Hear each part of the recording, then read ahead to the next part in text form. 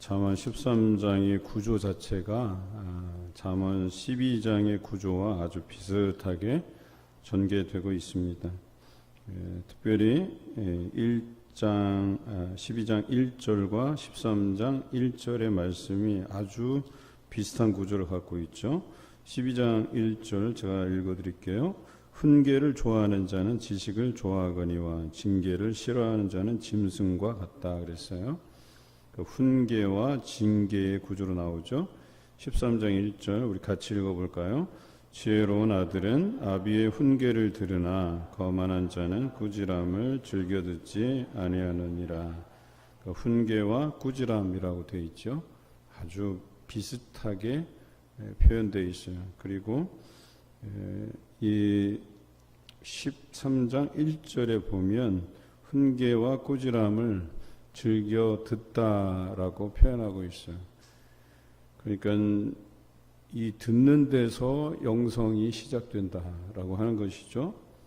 흔히들 영성을 공부해 보신 분들, 특히 이제 영성이라는 단어가 여러 가지 의미를 담겨요. 원래는 정확한 표현은 기독교 영성, 이게 맞는 표현이에요. 영성은 기독교에서만 쓰는 단어가 아니거든요. 다른 불교에서도 영성을 이야기하고 그래요. 그래서 기독교 영성 그러는데, 기독교 영성은 들음에서 난다, 믿음은 들음에서 난다, 이렇게 표현해도 과언이 아니다라고 하는 거예요. 잘 들어야 된다, 이런 표현이죠. 특별히 듣는 데 있어서 사람들은 굉장히 이 편협적으로 듣게 돼 있어요. 자기에게 달콤한 말, 내가 지금 현재 잘 지키고 있거나 잘 하고 있는 것들에 대해서는 아멘하고 잘 받아들여요. 근데 이상하게 나에게 찔림이 되거나 내가 잘 못하고 있는 것들에 대해서 말하면 불편해져요. 불편한 진실, 이런 표현 들어보셨죠? 진실이긴 한데 불편하고 거북하고 내가 잘 지키지도 못하고, 이런 부분들에 대해서 왠지 받아들이고 싶은 생각이 없어요. 그리고 잘 듣지 않아요. 새기려고 하지 않아요. 흘려보내요. 나와 무관한 것처럼 자꾸 그것을 중요하게 생각하지 않아요. 그런데 여기서부터 문제가 생기는 거예요. 그것이 쓰거나 달거나 상관없이 내게 양약이 된다라고 생각하면 계속해서 들어야 돼요. 새겨야 돼요. 그리고 나에게 영양가 있게 받아들여야 되는데 그게 잘 안 돼요. 저도 제 입맛에 이렇게 잘 맞는 음식들은 잘 먹어요. 그런데 그렇지 않은 것들은 아무리 제 몸을 좋게 한다 해도 잘 먹기가 힘들더라고요. 그래서 저도 이렇게 일반 음식들에 대해서는, 물론 이제 제가 살기 위해서 먹는 음식들은 그래도 대체적으로 잘 먹는 편이에요. 그런데 어제 우리 신성숙 교수님이 이야기했던 것처럼 상담과 치료에 대해서 이야기하잖아요. 그래서 상담은 자기의 몸을 좀 더 건강하게 가져가기 위해서 먹는 보조식품이라든지 이런 걸 말하고, 그 치료는 아플 때 먹는 약 같은 이런 느낌이라고 말씀을 주셨잖아요.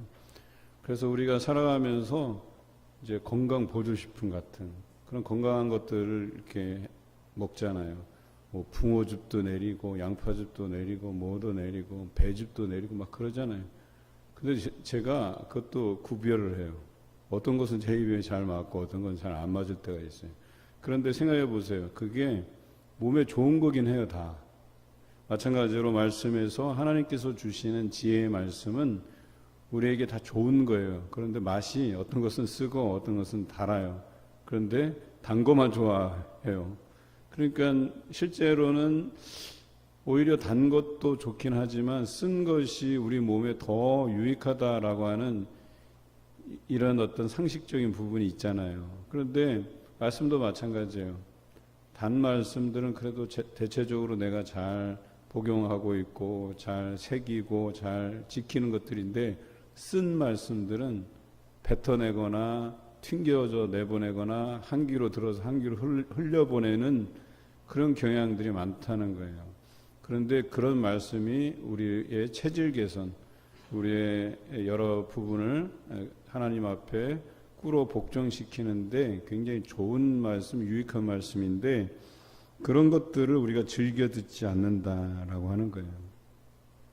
여러분, 듣는 것이 매우 중요합니다. 여러분들이 말하는 것보다 듣는 것이 중요해요. 기도도 말하는 것보다 듣는 것이 더 중요해요. 그런데 듣는 것이 얼마나 힘드냐? 어떤 사람들은 이 말하는 것에 집중돼 있다 보니까 듣는 기도하면 다 자요. 그냥 하나님께 집중해서 온전히 이렇게 부르짖는 기도를 하다 보면 그래도 뭔가 나는 소리가 있고 나는 소리를 듣다 보니까 괜찮은데, 침묵하면서 기도하는 것은 오로지 하나님만 붙잡아야 되거든요. 그래서 렉시오 디비나 같은 경우는 성독을 하는데 입으로 보통은 살살살 읽기도 하지만 침묵하면서 읽어요. 그런데 침묵하다 보니까 들려지는 게 없단 말이에요. 이 들려지는 게 잘 없으면 집중하기가 굉장히 어려워요. 고도의 기술이에요. 그래서 그것을 계속적으로 바라봐야 되고 거기에 집중해야 돼요. 제가 대학 시험 칠 때, 그때는 전기대 후기대가 있었는데 전기대 시험 칠 때 자버렸어요. 그 4시간, 그러니까 4타임이 있는데 한 타임당 뭐 한 1시간 반이었던가 뭐 이렇게 쳤던 것 같아요. 1, 2교시 끝나고 점심을 먹고 3교시 들어가는데 이렇게 그때 영어였던 것 같아요. 영어를 풀다가 잠깐 잠들었는데, 잠깐 잠들었다 깨니까 10분 남았다는 거예요. 점심 때 하도 많이 먹어갖고 잠깐 졸았는데, 풀다가 잠깐 졸았는데 한 2면인가를 다 못 풀었어요. 10분 남았대. 다 찍기 시작한 거예요.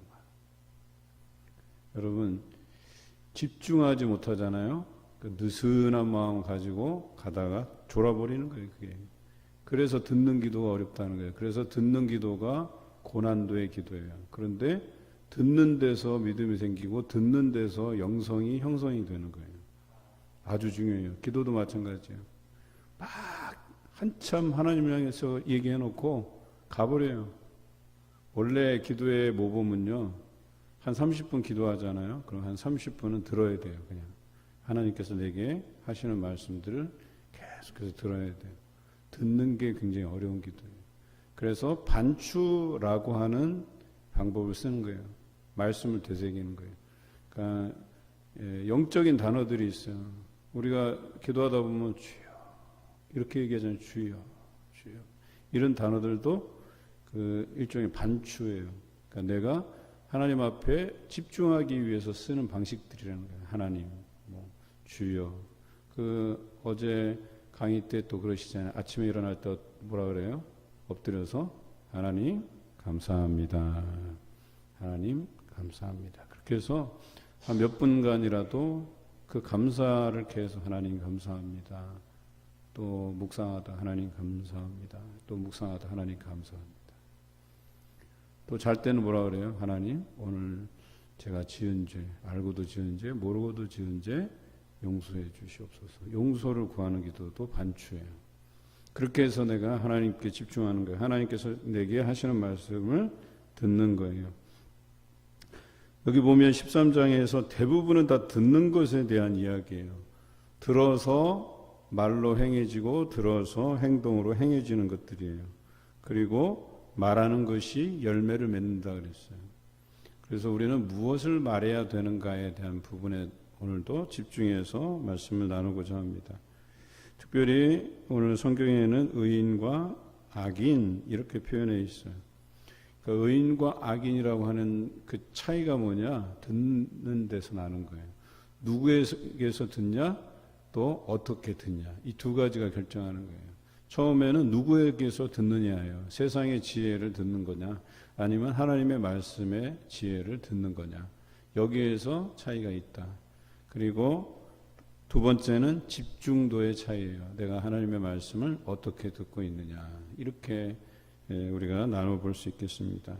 오늘 보니까 사람의 입의 열매로 인해서 복록을 누리는 자가 있고 강포를 당하는 자가 있고 그런 거예요. 은혜를 받고 복을 누리는 자가 있고 어떤 사람은 어때요? 해를 당하는 자가 있는 거예요. 요즘 사기치는 사람들이 얼마나 많은지 몰라요. 그 사기치는 집단 그런 범죄 유형을 보이스피싱 이렇게 얘기하잖아요. 그런데 우리 생각에는 왜 저런 데 빠질까 이런 생각을 하잖아요. 그런데 잘 빠져요. 왜? 거기에 몰입되어 있고 집중되어 있고 관심이 거기에 쏠려 있잖아요. 요때다 하고 생각이 되는 거. 이게 큰 이익을 가져다 주네? 내게 유익한 거네? 라고 해서 빠져들게 돼요. 물질에 집착하거나 이런 사람들이 대체적으로 거기에 이렇게 말려들게 돼 있다는 거죠. 내가 이것을 꽉 안으려고 하고, 그래서 나는 어리석지 않고, 그래서 이것을 내가 손해볼 일이 없고, 그런데 손해봐요. 신기하죠?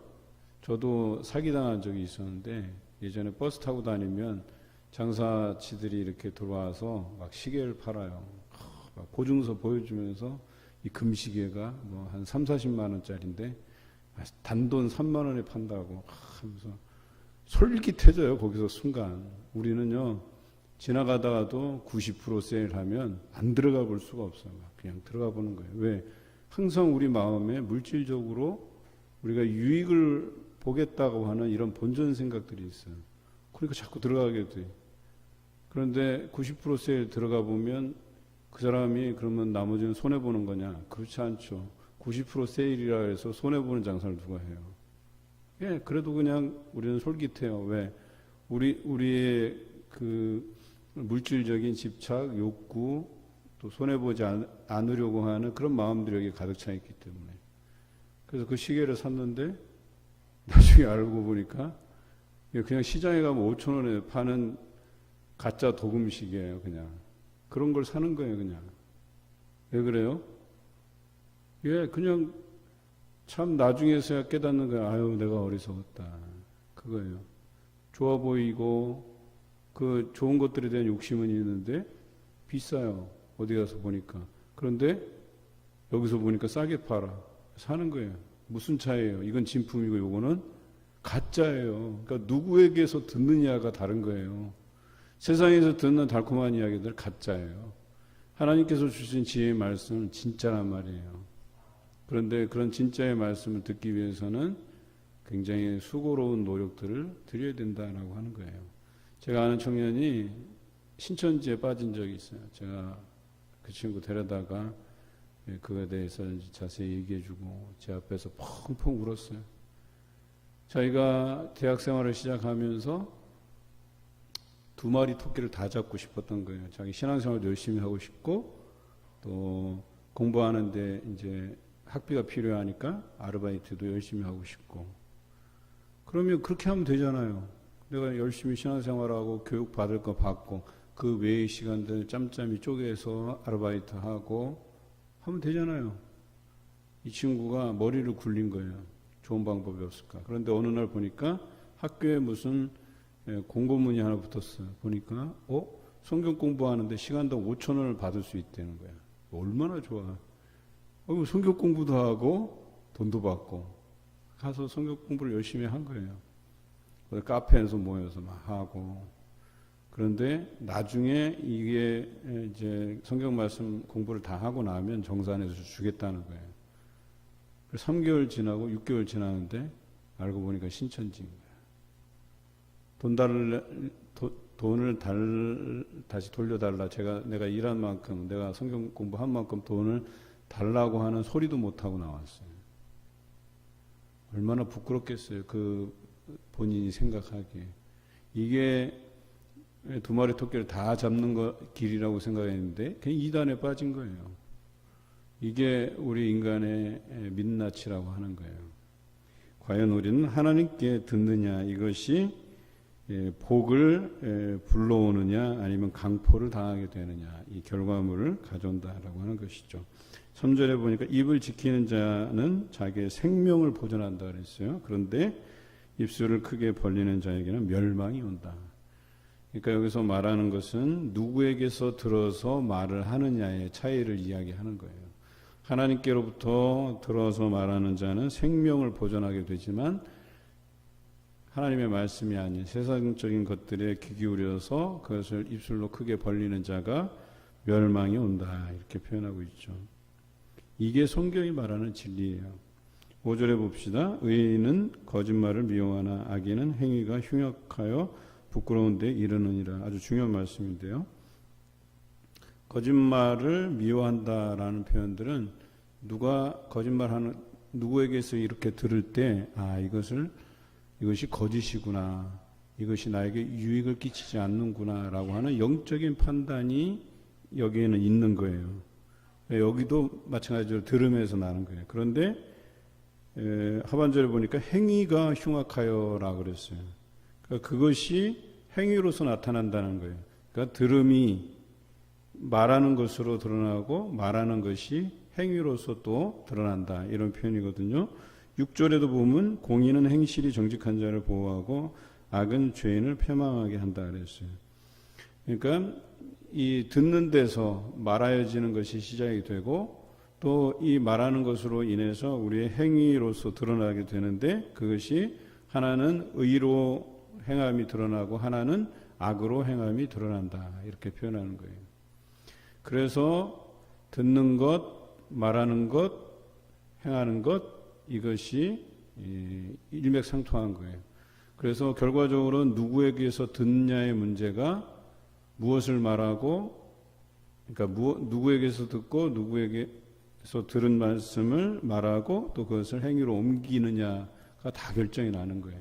그러니까 먼저 하나님의 지혜의 말씀을 듣느냐, 그렇지 않으면 세상에 떠도는 가짜 뉴스들만 귀 기울이느냐에 따라서 달라지는 거예요. 근데 신기한 것은요, 가짜 뉴스를 한번 접해본 사람들은 알아요. 그리고 그게 이건 가짜 뉴스, 분별력도 다 있어요. 그런데 분별력 없이 그 가짜 뉴스를 믿어버리잖아요. 그 다음부터는 가짜 뉴스만 골라봐요. 신기하죠? 그것만 찾아서 봐요. 왜? 그것이 나의 마음을 즐겁게 해요. 내 생각과 일치돼요. 여기에 문제가 있는 거예요. 근데 성경은 그렇지 않아요, 결코. 우리에게 쓰디쓴 말씀들이 굉장히 많아요. 특히나 잠언서가 많아요.